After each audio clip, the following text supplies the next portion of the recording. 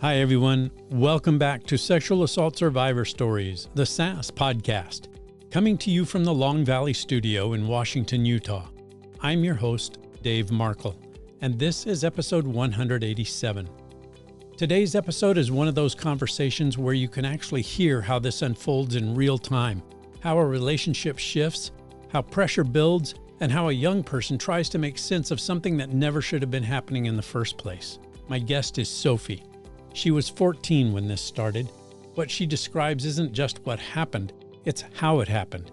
The conversations, the manipulation, the fear, the responsibility she felt to keep someone else from falling apart. All of it stacking up until there was no room left for her own voice. There are moments in this episode that are going to hit hard, but there's also something else here.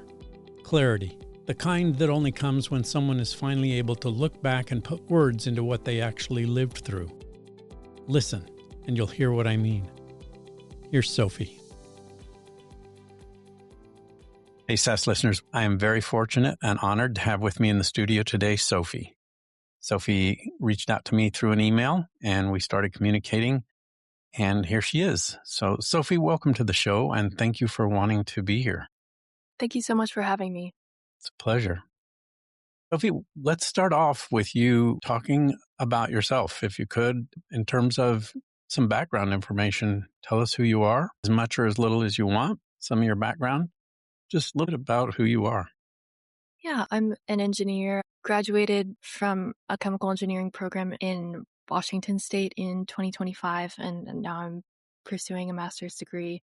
Outside of school, I love my dog, and I'm very close with my sister, and those are some things that come to mind as important things about me. Tell us about your dog. She's turning 6 next month. She's adorable. She's my family's first pet ever. Oh, wow. It took us, I think, about 17 years of convincing my dad to get a dog, and it was the very stereotypical dad and the dog he doesn't want meme where they're best friends and they love each other. And so it's been one of the highlights of the past few years for me, for sure. What kind of dog is she? She's a Samoyed. We looked into them specifically because they're hypoallergenic. Part of the reason we never had a pet, my dad is horribly allergic. He'll break out in hives everywhere. So that limited our search. Of course. Well, that's cool. I love dogs. I think they're great pets. You're an engineer. Can you give us some information about what got you interested in engineering? It all actually started with this electricity unit in the 4th grade when I got obsessed with putting together circuits and taking them apart. And it kind of progressed to my mom broke her phone and I was like on this mission to fix it. And so I'd take out all the components, order one new secondhand cheap one for $5 online, put it back together. And I think that I saw engineering as a puzzle. And then when I got older, realized how much I liked programming and how much opportunity there was in engineering to help people through medical devices, stuff like that. And so that's what kept me interested through the years. That's really awesome. Well, congratulations and good luck on your master's. How much do you have left on that? I've got a month and 1 week. Wow, that's I'm great. getting there. Congratulations. That's so cool. Thank you. And how will that enhance your work in terms of opportunities and just having that master's degree under your belt? What will that do for you? I specialized quite a bit in materials engineering this time. And so I'm hoping it'll open up positions where material science is very important because that was something that was not as much of a focus in my undergraduate degree. And when I was job searching, I found that it would open up a lot of those positions that I was more interested in where I could be more hands-on, which is important to me. Yeah, that makes sense. Well, again, congrats. It's awesome that you're almost done. Thank you. Well, Sophie, obviously you reached out to me for a reason, and there's an experience that you've had, or maybe more than just one, that you wanted to come on the show and talk about. So I'm going to start with what I ask all my guests. What are you able to tell us about your rape or sexual assault experience? I think the best place to start for me is a few months before that experience. I think of the analogy that my therapist introduced me to about if you throw a frog in a pot of boiling water, it'll jump out. But if you throw a frog in a pot of cool water and slowly turn up the heat, it'll stay in. And I think that's how I felt in the relationship where I experienced these things, is that it was built up so slowly over time that it was harder for me to perceive. And I felt like that's how it was able to happen. So for me, it all begins months earlier. I'm 23 now, and this started when I was 14. So it's been a while. But I went to middle school at a school that was considered, it had a nickname about how it had its own bubble. We were all, for whatever reason, super protected from anything that was going on in the real world. And so I had a bit of a culture shock getting to high school. It was still a public middle school, but it was on the small side, very small. So getting to a big high school, people are doing drugs, people are in relationships, having sex, and I'd never been exposed to any of that before in my life. And so I was trying to navigate that environment, and with absolutely no clue of what was normal or what I quote unquote should be doing. When I was 14, almost 15, at the beginning of 2018, I got into a relationship with, I'll call him Hector. I had feelings for him for months prior, and so we had this conversation where we both realized we liked each other and decided to start dating. And I was really excited at the time because we'd been connecting so well, I thought, over the past few months. We were both in band together, and we would stand together at the football games in marching band where we'd be playing for hours, and we'd just talk and talk. And so I trusted him because I had that established friendship already. And then the day after we officially decided to start dating, I started feeling uncomfortable. He told me a lot of horrible things that had happened in his past all at once. And I think being so young, I didn't quite know what to do with it or how to help him. And along with that, he told me he loved me, which I wasn't ready to say back yet. So I was scared to navigate that. And he also sent me a song, the song Next to Me by Imagine Dragons, and said, like, this is how you're gonna feel, because I'm gonna hurt you and I'm not gonna be able to keep you happy. And the song talks about this guy's not treating his significant other as well as he wants to. He's like screaming at her and she's shattered on the ground. And I was very overwhelmed, but I thought, wow, he's been through so much. He's just worried he's going to repeat behavior he's seen in the past. And so I was trying to comfort him. I felt guilty that this was making me feel uncomfortable in the first place. And I, within those next couple weeks, developed some digestive problems where I couldn't keep food down. It was all very sudden, and they thought I had developed an ulcer. So I had to look into that, but it ended up being pure anxiety. And I really do think it was from that. And it was interesting to me looking back how sudden that came on. We kept dating. A couple months in, he, on the school bus, accidentally, he said, pulled my shirt back and looked down it.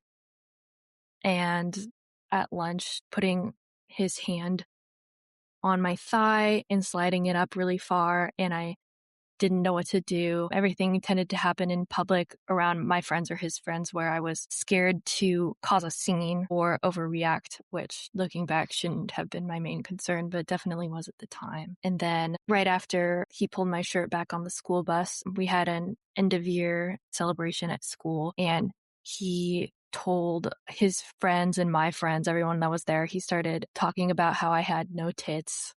And so I think I started feeling inadequate in a way. Like I needed to make up for what I was lacking, find a way to make him happy, even though I wasn't enough. And by this point, we'd started having conversations. He'd told me he wanted to have sex. I think my initial reaction was something about, you're 14, what? So I think it caught me off guard. And I approached it at first saying, I'm just not ready yet, but as he continued initiating those conversations, I started trying to find other excuses that weren't so easy for him to push back on, like condoms are only 80-something% effective in practice. I don't want to risk it, stuff like that. And I felt like that kept him at bay for a while, but I wasn't satisfied with how much he kept bringing it up. And even though we had established that I wasn't ready, he would send me these links or lists about kinky sex ideas. And one of them was resistance sex, where I would pretend to be, quote, groped and molested. And I did not remember any of this happening. Found these messages looking back when I was trying to review evidence years later. But the one I did remember was some other lists where I would try to tell him I wasn't interested in anything on it. That didn't go over well. So I tried to pick one thing on the list that I would say maybe to, so that I would be compromising, because I was thinking to myself, that's the fair thing to do, is to compromise, not just to say no to everything. And so there was one where I'd picked, he had brought up that he wanted to try choking during sex, and I said maybe to that one because I thought, well, we're not going to be having sex, so it's not even going to come up. Yeah. That's something I can get out of, was my thought process at the time. And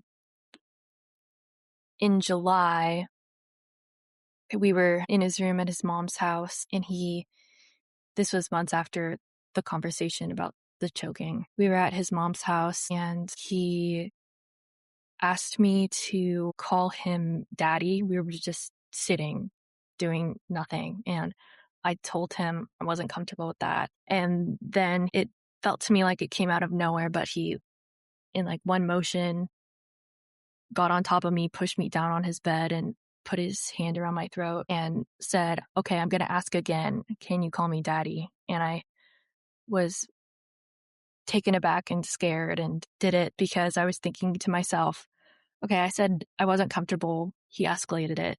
If I say I'm not comfortable again, will he escalate it further? Yeah. So I decided to do it and didn't see what was wrong with it at the time.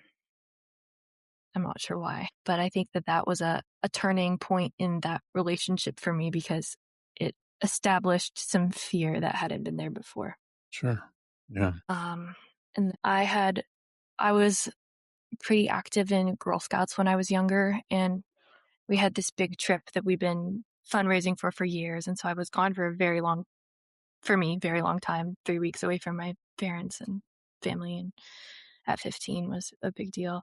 And so when I came back, we were excited to see each other since it had been so long. At this point, it was August of 2018. And so we made plans to meet up together at the mall and see the new Mission Impossible movie. He had booked it in one of the theaters with the armchairs and the reserved seats, which were newer at the time. I feel like they're more common now, and he had picked these two in the very back, and we were sitting there, and it was empty in our area, at least. And we'd started watching the movie, but at some point during the movie, he had taken his dick out and was asking me to give him oral sex. And I was telling him, I'm just not ready. I'm not ready. And he kept asking. He kept trying to compromise, like, what if it was just for a little while?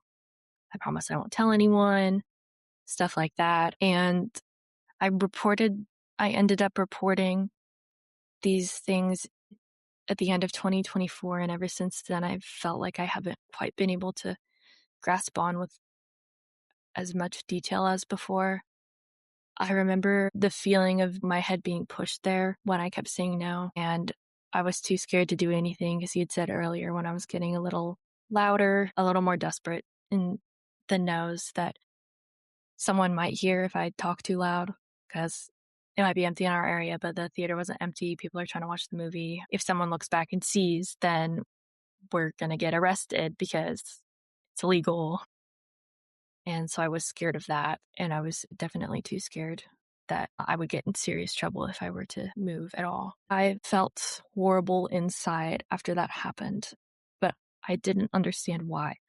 At the time, I thought that I just felt guilty for doing something sexual because I wasn't supposed to. I grew up very afraid to break the rules, or if there was a place where I wanted to break the rules, I would need to tell my mom first. That was my way to, I think, justify it in my brain. For example, not being allowed to take my phone around school with me.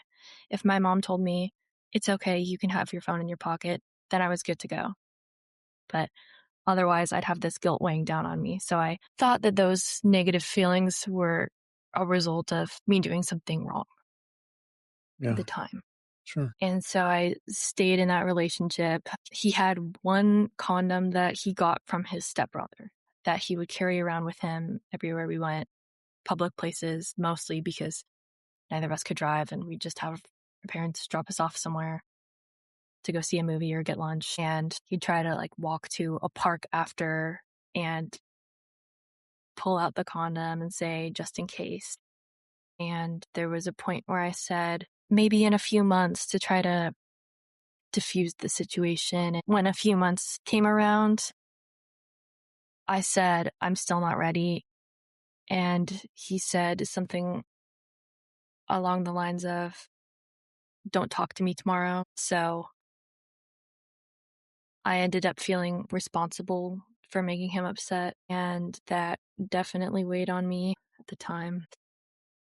I think the main thing was he had struggled with mental health in general, and it got to a point where his dad owned 2 guns, and his mom and his dad were divorced, so he lived part-time at his dad's house. But when he was at his dad's house, his dad kept the guns out. They weren't locked up. He would tell me he wanted to kill himself because he didn't feel loved. And then he would tell me that the best way to show love is physically. And so nothing was directly said, but I felt this pressure, this fear that he would hurt himself. He would take it by sending me Snapchats about it and saying, like, I have the gun on the table next to me right now, thinking about pulling the trigger. And I didn't know what to do with that at 15. Yeah, that's very intense. And I think I developed the mindset of my wants come second right now. The most important thing is keeping him alive. At the time, I honestly believed that he meant it because I didn't think he was capable of hurting me so badly that he would use that just to get what he wanted out of me. And so it had gotten to the point where, with those threats in combination with, he started buying me things more often and saying, you can make it up to me by letting me fuck you. And I couldn't tell if it was serious or not, but the combination of the talks of suicide, bringing out the condom just in case, all of that, I still felt, when I thought about the idea of having sex, I didn't feel ready at that point. And I thought maybe this is my fear of doing something I'm not supposed to do again. And so I even talked to my mom about it and told her I'm thinking about having sex, because I thought that if I let her know, that would make it okay for me to do. I wouldn't be breaking the rules anymore, was my train of thought, but it didn't help. Not because of anything she said, but just because I wasn't ready, and that was the problem. And I thought maybe it's the fact that he's carrying around this same old condom in his pocket all the time, and I'm worried it won't work. And so then I got some on my own, still didn't feel ready, but had them just in case, essentially. And we were supposed to see a movie after school and go to his dad's house where I'd never been before. We got takeout on the way, and we were going to eat that and then go to the movie. On that morning,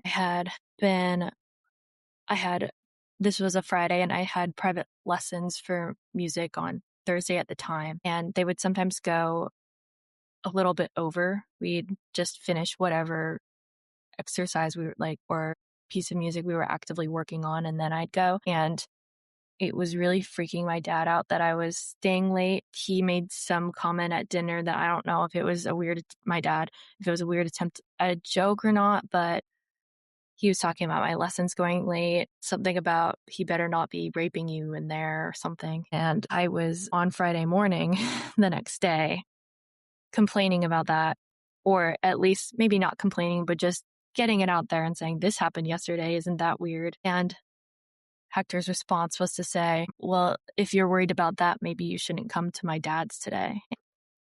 I have no idea what that meant at the time. I played it off in my head as my dad's just going to be worried if I'm going over to a guy's house again. But looking back made me very uncomfortable to think about. And so his dad picked us up from school the whole way back to his house, which was probably only 20-minute drive. But he was playing this, I think, radio show called The Men's Room. And they were talking about this prostitute with drugs in her vagina on the show. Looking back, I'm thinking, why are you meeting your child's girlfriend for the first time and playing this in the car for a 15-year-old? And so by the time we got to his house, I was already uncomfortable from the car ride, not knowing what to say when that was playing. And then when we were going to eat the takeout, Hector was looking through the drawers, trying to find silverware, and he's pulling things out, and he pulled out one of the guns and put it on the counter. And I remember thinking, this is real. He wasn't, I had believed him, but seeing it was on another level for me. It was the first time I'd ever seen a handgun. And so seeing it raised the stakes in my mind in that moment. And I had this thought in my head of if we do have sex today, the good thing is, the reason to do it is that this way it would happen in a situation I can control, in a private place with a bed, not outside in a forest somewhere where I could get arrested. And so we went upstairs to his room to watch a movie, but that didn't happen. I don't remember how I got on the floor, but I remember being on the floor with my underwear ripped and thinking, this isn't a bed. That's not how it's supposed to happen. He didn't use the condom. That's not how it's supposed to happen. There was part of my mind that just wasn't moving or there, and part of my mind that was racing too fast for me to grasp onto a thought. So I just stayed there, and I was screaming kind of involuntarily, I would say, just in response to pain. I didn't mean to, but I couldn't seem to stop that pain response. And he told me to be quiet, and I didn't, because I felt like I couldn't. And I think he was worried his dad would hear, because his dad was still in the house, was what I thought at the time. I don't remember anything else until directly after, when in my head I was thinking, he must have thought I was moaning because I was enjoying it. Otherwise, he wouldn't have kept going, was what I thought, because he would never hurt me like that. And so I told him, screaming because I was in pain, not because I liked it. And he said, I know. And so that was my kind of shit moment of what's happening. I got dressed, went to the movie like nothing happened, was feeling lots of panic internally the whole time. And at some point I had to go to the bathroom to have some sort of panic or anxiety attack, I think. But I found there that I'd bled all the way through my pants after that had happened, and I started panicking a bit more. I didn't know if something was physically wrong. I was so confused. And I think when I think about that night now, that's a moment I go back to a lot, is being in the movie theater bathroom alone afterwards. And then my parents picked me up and I just went home like nothing had happened, played it off as some kind of misunderstanding. Couldn't bring myself to talk to him normally the next day, and I didn't understand why. And then less than a month later, I just couldn't take it anymore. And I finally broke up with him. I'd entered a mindset that was very unfamiliar to me, where I'd started harming myself for the first time in my life.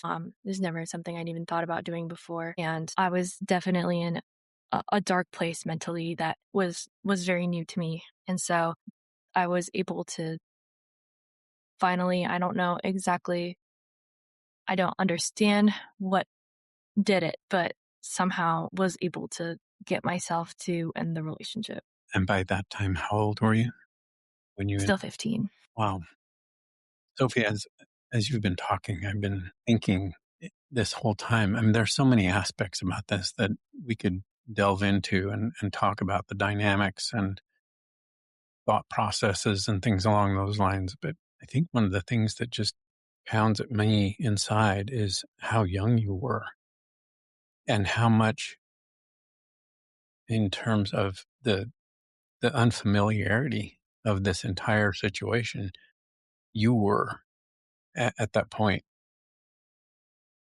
not having had any kind of sexual encounters before, being raised the way you were raised, your thought processes about, if I put this off long enough, it'll just stop. There's so much naivete built into what your experience was. And he sounds like somebody who's done this before, maybe multiple times even. Just the whole grooming and control situation with this coercion and manipulation. Can you talk about what it felt like in your mind, in your thought process, when you weren't around him? For instance, just at home in the evening, maybe getting ready for bed and trying to go to sleep and waking up the next morning, getting ready for school, trying to function. What were your thought processes about that relationship, and how impactful was what was happening? How impactful was that in your daily life? I think that I, at the time, didn't recognize the impact of what I had experienced on the way I approached my life in general. I think I was so focused on how do I keep him alive that I failed to even think about, or to some extent refused to think about, what had happened that night, and instead made myself think about, what can I do to keep this 15-year-old boy alive. I would say I think that I would have probably felt different if things hadn't escalated after we broke up, but they definitely did. After we broke up, the talk of suicide became a lot more frequent and started extending to a lot more people. And I started feeling like he was not a person I could escape. So the best thing to do was to learn how to live with him. He was in my friend group. Didn't want to talk poorly about him because I was worried that that would change everyone's perception of him in the friend group, and then he would kill himself because his friends were upset with him. And so for a while, I definitely lived by, what can I do to decompress, to keep this situation manageable? I was scared to talk to anyone about it. I'm not quite sure why. I think that I was worried if I did get parents involved, that would upset him more. And so I kept going on that way. There were instances where we were broken up, but we had this big jazz band trip every year in February, and he physically pushed my seatmate out of the way to try to sit next to me. And so I felt like there was no real escape from him and that there was no way to get him out of my life. It got a lot worse from there, where he would send me videos of my street so I would know he was there. And I had him blocked on everything, but he'd make all these accounts. Even while we were dating, he'd made a fake account to test me and make sure that I wouldn't cheat on him, which I found out about when a notification to that account had come through on his phone, and I saw it when he was showing me something. So I figured that out earlier, but he kept making these fake accounts to try to get in contact with me. And so I felt like there was no way for me to escape him unless I deleted all my social media and stopped using my phone, because these like videos of my street I'd be getting from accounts that weren't his, but I knew were his. I learned this way that if someone has you blocked, you can still call them if you do the *67 no caller ID thing. And so I get all these caller unknown calls from him trying to talk to me. There was this account for our school band that I followed on Instagram that he signed into that and was texting me about that, trying to get me to consider getting back with him or at least being friends with him. And then he would make suicide threats through there. So it was definitely escalating. And it got to the point where it went on for months and got to the point where when I had started dating someone again, which I also got into for the wrong reasons, because I had a friend who was telling me we had all this drama with you and Hector in the friend group before, and now there is this other guy who had told me he liked me and I wasn't ready to date yet. And he's like, now we have all this drama with that. It would be so much easier if you would just go out with him. And I did it because of that one message. Not a good choice, but it is the choice I made.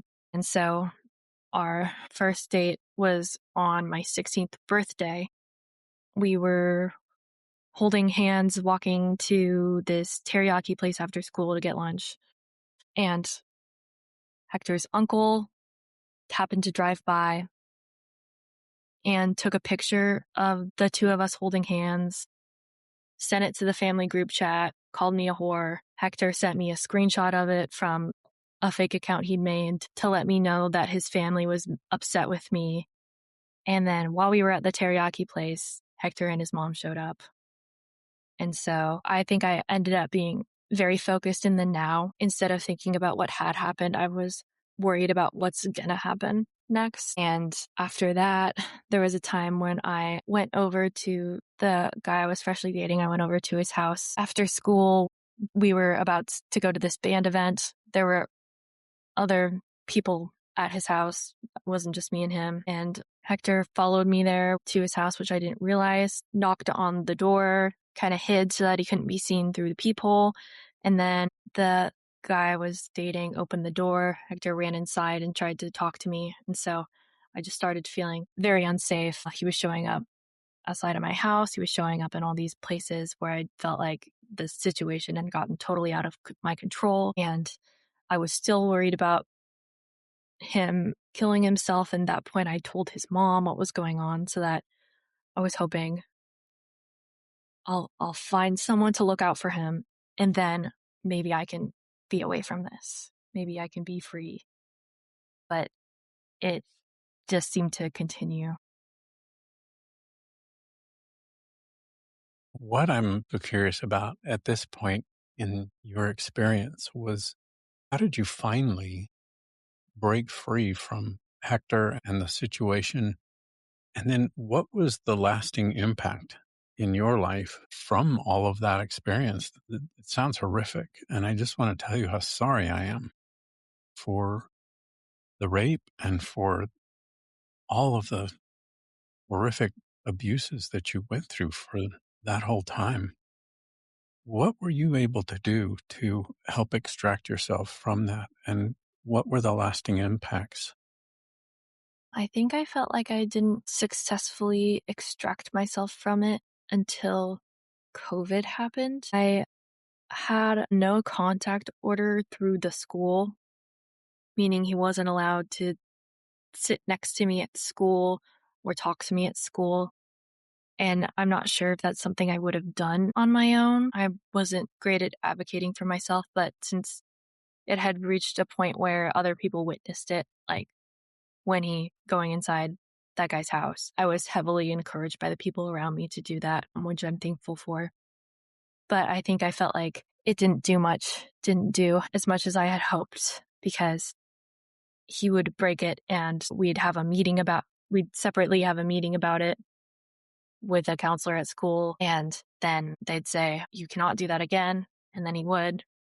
And then that cycle continued, and it definitely improved over time. One thing that happened was that my mom and his mom had talked because my mom was concerned. I was advised by my friend's dad, who was a lawyer, that I couldn't get a restraining order because we were only 15.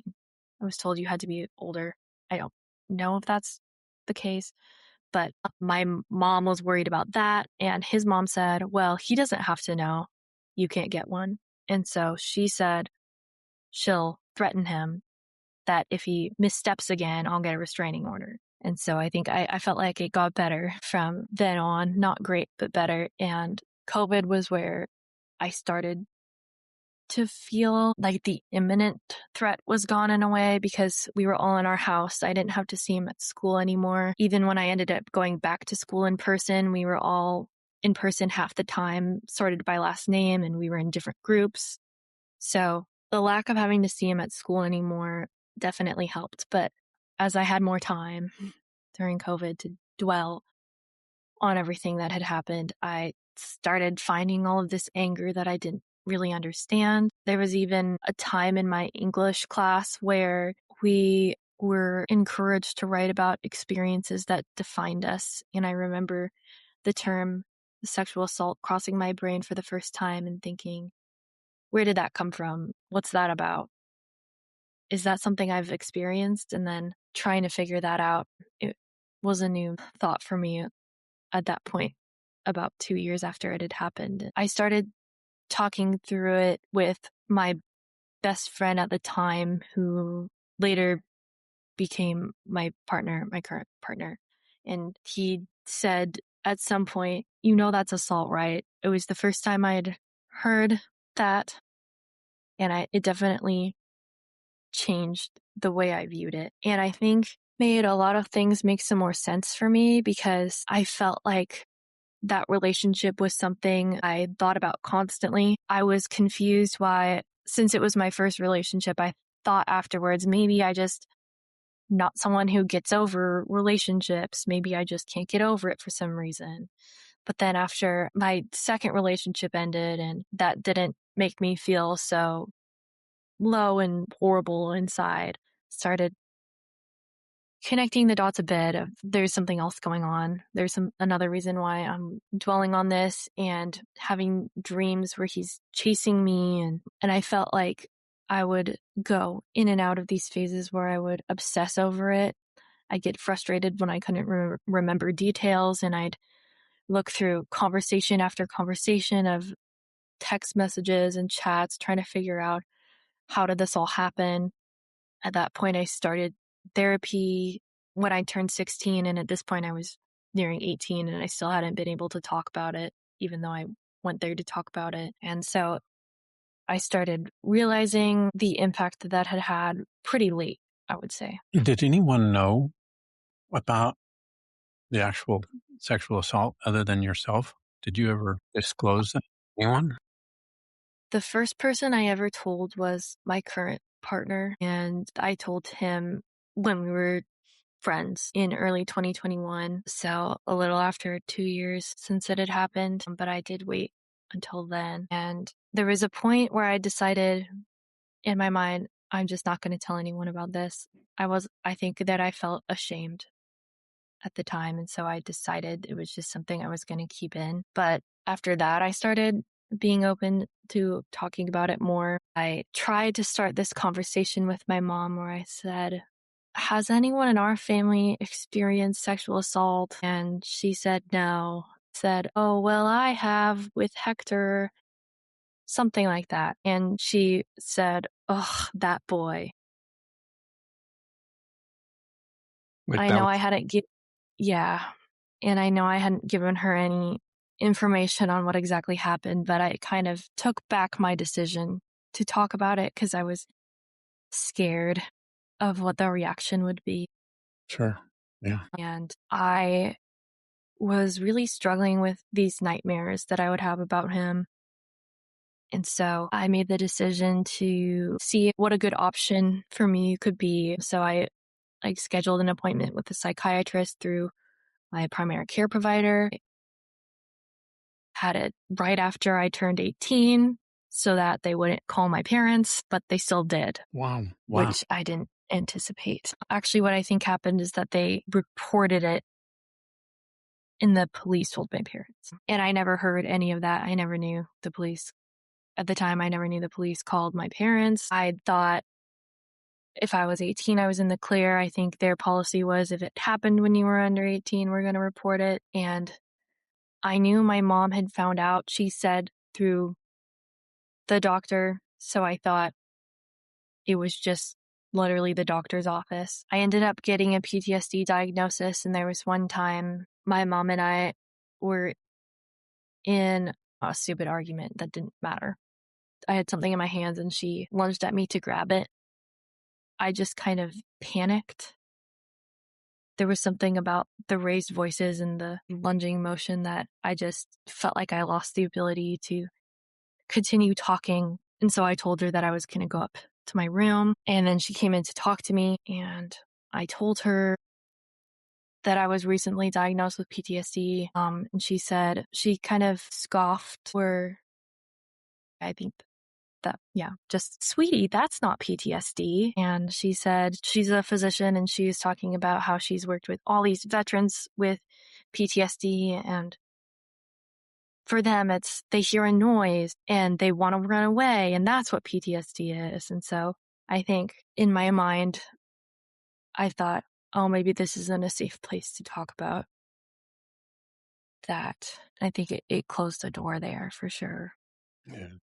Yeah, that makes sense. You mentioned in your email to me when we first started talking that you wanted to be on the show and talk about coercive control, which obviously this is coercive control, the textbook kind of case of how manipulation and grooming and coercion in a relationship works. Help me understand where you came to the understanding of what coercion control was and how you were able to then label what had been going on in your life as exactly that. Yeah, that I'm going to give backstory, but I will get there. Okay. It started with a decision to report to the police at the end of 2024. I knew someone who went to college with Hector, and I'd started hearing about his behavior there. And I think something about that awakened something in my brain where it's like, it's not just me. It's not something I did to make this happen. And I ended up reporting it. And the investigation was handled in a way that was very disappointing to me at the time. The first time the detective on the case called me, I was my senior year. And so it was a lot of work, and I'd been up literally all night working on this group project, and it was, I think, 10 in the morning. And so I was deliriously tired, and she called me to talk about it. And I think it felt more like an interrogation than I had hoped, to me at least at the time. And she'd already had a conversation with him about it. And she was asking me more about what I'd said in my initial statement. I'd submitted a written statement. I'd given an oral statement at the station. And so I was answering her specific questions the best I could. It was hard to talk about. I think I felt caught off guard and tired. So I was having more trouble talking about it than I would have otherwise. And She said she was really confused by this story, what I had said in my statement, because it wasn't a one-off, it was a relationship, and she was so confused if something had happened before, why I would keep dating him. And she said, I have the quotes pulled up I was trying to write it down because I don't know exactly why, but I think for sanity, just trying to understand. She said, like, why are you going after him for everything? You had sexual contact numerous times. You may say that it wasn't wanted here and there. She said, it's funny you use the term perpetrator. Why is this coming out now? No one reports years later unless it happened to them when they were a child. And she said, yeah, he carried it a little bit further by saying he was going to kill himself, but he was open about that with me. It was just a very odd and disappointing conversation. She was talking about how upfront he was and how he wasn't denying anything, even though, I mean, he was saying that what I said wasn't true, which to me was a denial. And she was upset that on that phone call, I hadn't told her everything that was in my statement. I left out an instance. And so she said, why are you changing your story? You didn't tell me about that before, you left it out. And I remember thinking, well, I didn't want to, I mean, it's in my statement. I didn't want to talk through everything. And also, I can't remember everything. Unless I have it written out, I'm going to forget something that happened in those couple years that everything happened. And so I was very upset about how that conversation had gone. I remember her telling me that he said it didn't happen at all. When I was looking through messages, I found this conversation where after everything that happened at his dad's house, I think it was probably due to stress, but I had missed my next period and I was really scared. And so even though we were broken up, I was telling him, like, I don't know what to do. And he said something about, like, my gosh, I'm so stressed out. Next time I'm going to use a condom. And so when I found that conversation, I thought I'd struck gold because there was my proof that this had happened. And he said it didn't at all. And so I sent that to the detective and she said, if anything, it proves that it was consensual because I didn't accuse him of anything in that conversation. So I was feeling very shut down. I even had at that point, there was some conversation that Hector and I had about, it was when he was begging me to continue being friends with him. And he was saying, I'm so sorry for everything I did. I'm sorry for all the lies. I'm sorry for sexually assaulting you. And I had a screenshot of that I'd submitted as evidence. And so I was just having a lot of coping with that not being enough, I think. And so I met up with a law student at my school where we could make a free, if you were a student, you can make a free consultation. And that's what I'd done. And it was there that I went over basically what are my options? What can I do?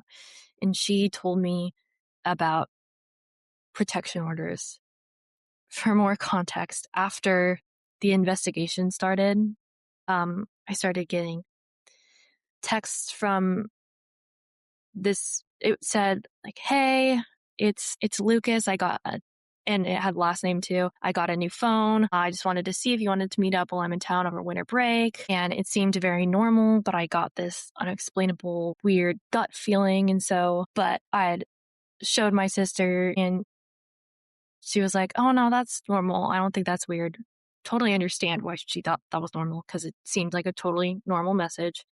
And he was calling me by my nickname that people use for me, talking about high school, specific things that had happened in high school, specific places in our town. So I thought for sure this is Lucas from my high school. But I just had this feeling. So I messaged him at his old number and was like, hey, I'm getting these texts from someone who says they're you. Did you change your phone or not? Thinking worst case scenario, I'm texting whoever has this number now and they're going to be confused. Instantly I get back, hey, this is Lucas. I didn't change my number. And the way this person was texting, Hector had absolutely horrific grammar. And it was just these specific words that he'd misspell that I'd never seen anyone else misspell, that I was thinking, oh gosh, it's him. And he's going to try to, because he had requested to meet up. And so I was worried he was going to hurt me, and he was upset that I'd gone to the police because I knew at that point they'd talk to him. And so when that law student brought up a protection order, that sounded like a really good option for me. And she explained the criteria for domestic violence protection order. And one of the incidents that qualifies you to obtain that sort of protection order is coercive control. And so she explained it to me, and I felt very eye-opening because it seemed to fit so well. And I had so many text messages of these threats that he'd made that it felt possible, because I was worried about having to stand up there and talk through it all myself. I felt almost backed up by these screenshots I had.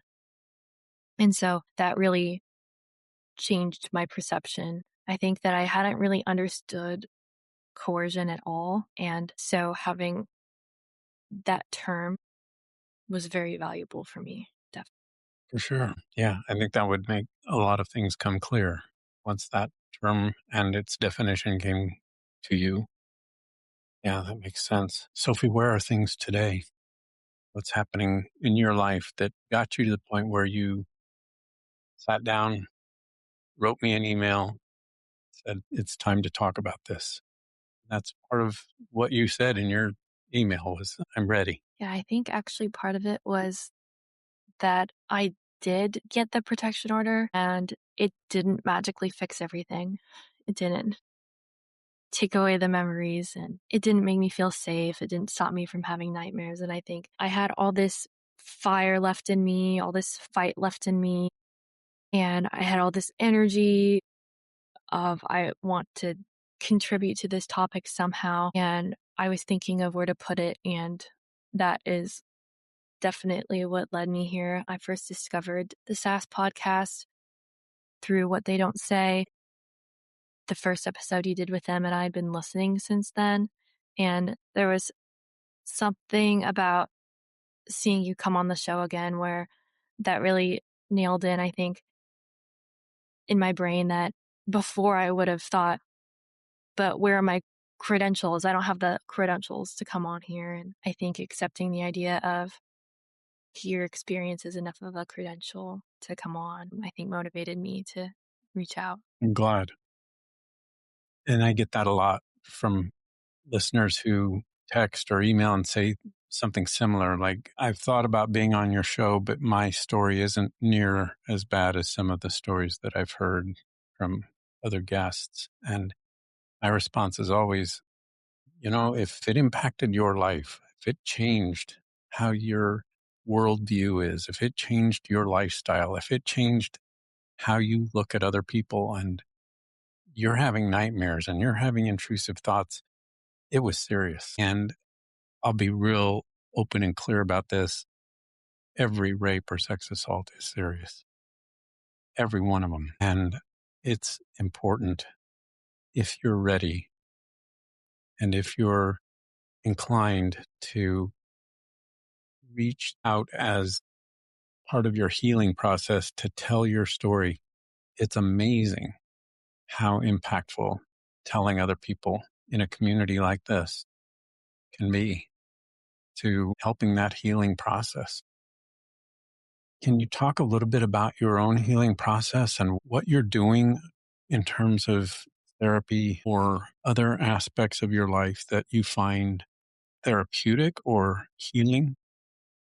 For therapy, I've been seeing a therapist since I think it was 2024.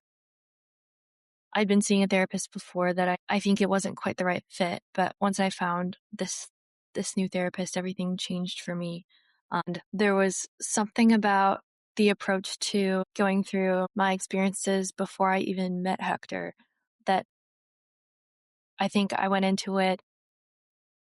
One of the things that I was struggling with while healing was, I don't understand how any of this could have happened. I don't understand how I let this happen. Not that I believe that that's how it works, but at the time, I got stuck in that mindset. And I think the process of going through these experiences I've had throughout my life that have resulted in the way I approach people, the way I acted at the time, young age, lack of exposure to the world, and also the way perpetrators think, exploring that with her has changed everything for me because I don't think it's ever going to make sense how this all happened. But when I can look at the process and understand it, it makes me feel freed from the shame to some extent, for sure. And outside of that therapy, music is without a doubt the primary source of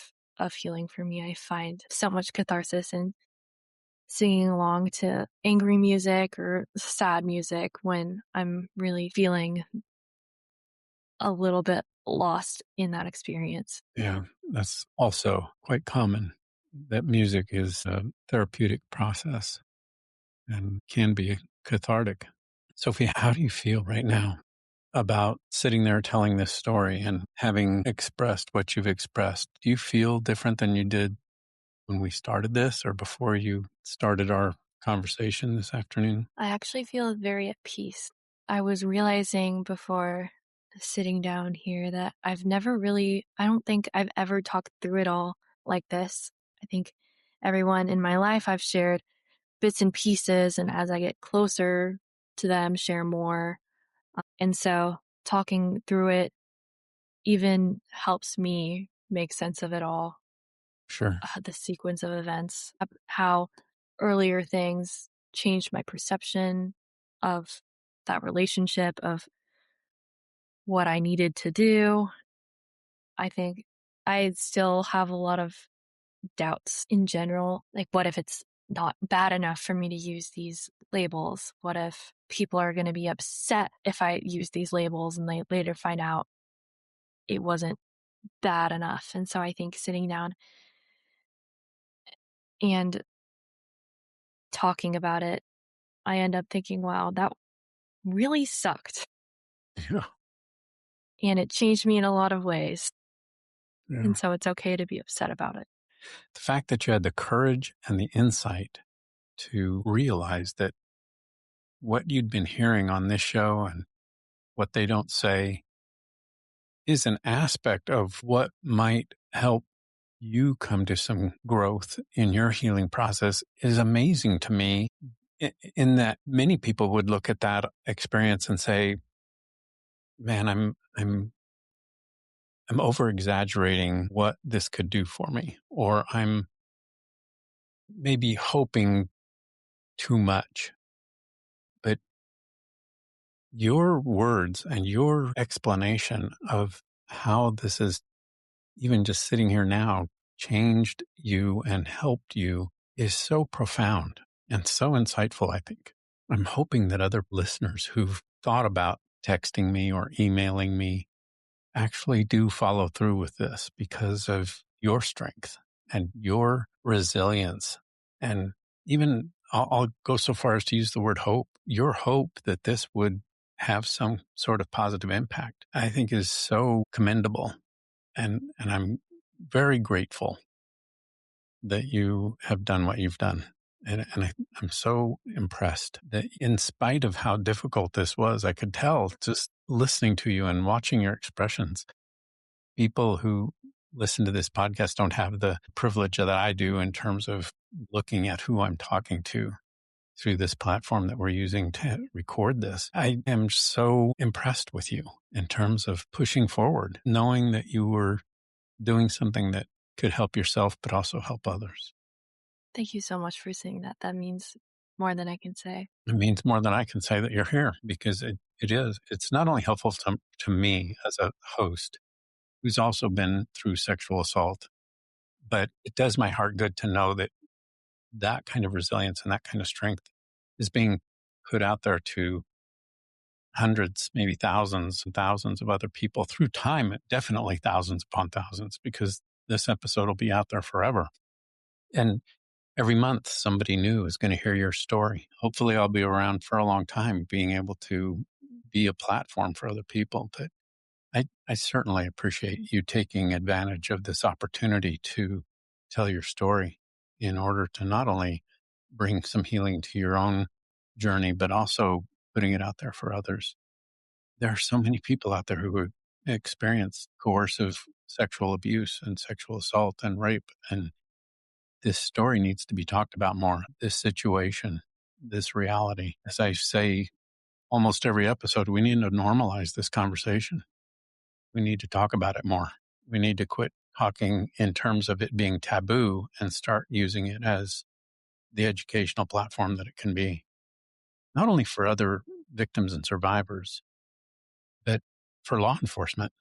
Because it's, having been in law enforcement and been in that place, very similar to the investigator that handled your case, as someone who really discounted and disbelieved and rationalized victims and survivors' stories like your investigator did, being educated in the neuroscience of trauma and understanding how the whole process of starting by believing can be such a powerful impact in how their victims or survivors' story is told and what happens to it is critical for other law enforcement personnel that may be listening to this or prosecutors. So I appreciate it from that aspect too, because we do need to educate the criminal justice system in much better ways than we have been in years past. We've got to change this rape culture and get things turned around. So thanks for being part of that. Sophie, what will you do when we hang up to help take care of yourself, to have some coping mechanisms at your ready? Because this is going to have an impact. It's going to have an impact this evening. It's going to have an impact the next few days, weeks, months. You're going to think back, oh, I told my story on sexual assault survivor stories. What are you going to do to help deal with some of those intrusive memories, those implicit memories that now have come forward and are now are explicit memories? Tell my audience how you take care of yourself if you are willing to do that for me. I have, and sometimes I do this after therapy too, if I have a therapy session, a particularly, I guess, one where I talk about my experience more than usual. What I do is I go get a fun coffee drink and I take it back and I sit down and I watch something that will make me laugh. Yeah. Laughter is an amazing medicine. It's a great coping mechanism. Yeah. Yeah, today I'll be watching Modern Family. I've seen that show before, so I have the other element of it's already a comfort show and it makes me laugh so much. Yeah. Do you have a support system in place besides your therapist? Yes. Originally, my support system was my partner. It has expanded. When the investigation happened, I started, I guess, leaning on my two best friends more than I did previously, and they have been nothing but supportive. And I feel so much love from them and know that I can go to them about this too. That's awesome. I'm glad to hear that. Sophie, again, thank you so much for being here. Is there anything else that you think you want this audience to hear from you before we wrap this up? I would say one of my hopes in coming here was when I was first listening to podcasts and listening to people's stories. I think I would hear things like pieces of advice where if it if it felt wrong, if it didn't feel like your other sexual experiences, that's how you know something's wrong, which makes a lot of sense to me. But I think I felt stuck. I was like, well, I'd never had any other experience. How was I to know? And when I was looking for advice on should I report, I think I found a lot of advice from people who had reported and gotten some form of justice through the criminal justice system. Not that anything can ever repair that, but I think I wanted to come on here and say that my case didn't go to trial. I didn't have a good experience with reporting, but I don't regret it one bit. I would say I want to put out there that it doesn't say anything about you if your case doesn't go through. And it's okay to come back years later and make that report. It's definitely not a now or never thing. That's totally true. And the investigator that told you that people don't report years after something happened, totally wrong. In fact, it's so common for a victim and survivor to not tell for years, if at all, not only to law enforcement, but to anyone. I'm so thankful for those comments and for your insight. I appreciate that. Sophie, this has been amazing. And I truly, truly thank you for, first of all, reaching out to me, but also with following through with it and pushing forward. It's not easy, but it's so gratifying. And I think you've already expressed that. But I think through the next days, weeks, months, you'll even feel better about it. I haven't had any of my guests tell me, gee, I wish I hadn't been on your show. Gee, I wish I hadn't done that. In fact, it's just the opposite. It's very cathartic and very helpful. So thank you for emphasizing that and for being part of that healing process for other people as well as yourself. And thank you so much for having me and giving me the opportunity to come on this platform. Let's stay in touch. Absolutely. Thank you, Sophie. We'll talk to you again. Thank you. That does it for another episode of Sexual Assault Survivor Stories, the SAS podcast. What Sophie walked us through today is something I want you to sit with for a minute. Not just what happened, but how easily it can take shape without anyone around recognizing it for what it is. Sophie was only 14. She was trying to figure out relationships, trying to do the right thing, trying to help someone she thought needed her.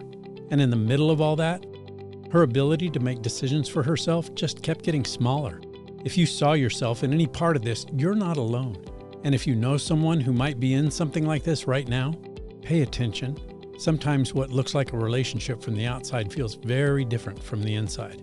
Whether this resonated with you, challenged you, or just made you curious, I'd encourage you not to dismiss it too quickly. There's a lot of value in expanding what we think healing is supposed to look like. Please let others know about this episode.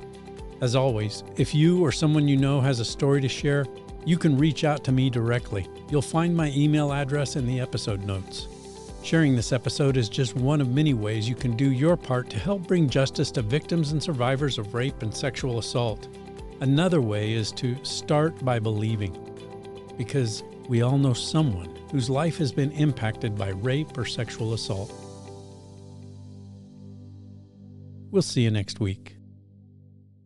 This podcast shares powerful stories from survivors of sexual assault, but what if we could stop some of those stories from happening in the first place?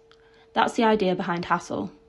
I'm Amy Watson, founder of Hassle, and I created it to focus on prevention, engaging men, workplaces and communities to challenge harmful behaviour before it escalates, instead of placing the responsibility on women to stay safe. In just over a year, we've built a movement of more than 550,000 people, reached over 250 million views, gathered more than 9,000 surveys to inform our work, and grown a network of over 3,000 ambassadors across more than 120 countries. If you'd like to hear me talk more about prevention and culture change, you can listen to episode 175 of Sexual Assault Survivor Stories. Or you can learn more at Hassle, that's HASSL.UK.